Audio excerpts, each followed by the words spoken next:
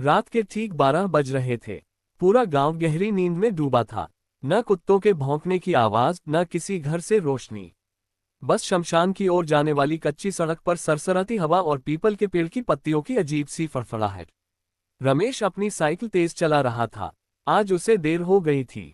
मन बार बार कह रहा था कि लंबा रास्ता पकड़ ले, लेकिन बारिश शुरू हो चुकी थी और शॉर्टकट वही शमशान वाला रास्ता था।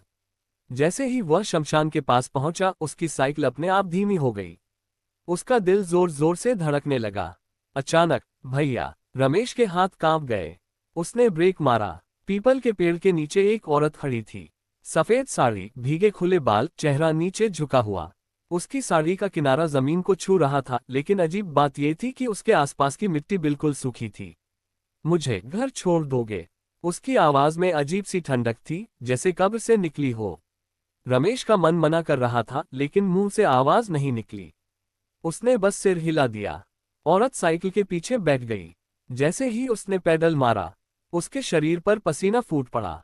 वजन बहुत ज्यादा था। इतना वजन किसी इंसान का नहीं हो सकता। साइकिल मुश्किल से चल रही थी।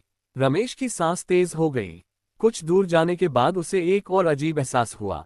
पीछे से घिसटने की आवाज। उसने धीरे से पीछे देखा। औरत के पांव जमीन पर घिसट रहे थे। उसके पांव उल्टे थे। रमेश की रीढ़ में सिहरन दौड़ गई। तुम अपने पांव ऊपर रख लो, वह कांपती आवाज में बोला। औरत ने कोई जवाब नहीं दिया। अचानक उसकी हंसी सुनाई दी, टूटी हुई खुरदरी हंसी।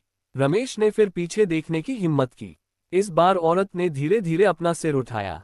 उसका चेहरा नहीं था, सिर्फ जली हुई हड्डियां, लटकती चमड़ी और गहरे काले गड्ढे जहां आंखें होनी चाहिए थी। उसके मुंह से सड़ी हुई बदबू आ रही थी। रमेश की चीख गले में ही अटक गई। उसके हाथ सुन्न हो गए। साइकिल अपने आप रुक गई। चारों तरफ अंधेरा और गहरा हो गया। शमशान के अंदर से कुछ हिलता डुलता दिखाई देने लगा। 1, 2, 3। कई परछाइयां। कोई बिना सिर के था, कोई बिना पैरों के, तो किसी के शरीर से बस धुआं उठ रहा था। सब रमेश की ओर बढ़ रहे थे। औरत उसके कान के बिल्कुल पास आए। उसकी ठंडी सांस रमेश की गर्दन से टकराए। पहचाना मुझे? वो फुसफुसाए। रमेश की आंखों के सामने अचानक पुरानी यादें घूम गईं। 5 साल पहले की वही रात। नशे में धुत रमेश, तेज साइकिल। अचानक एक औरत सामने आ गई।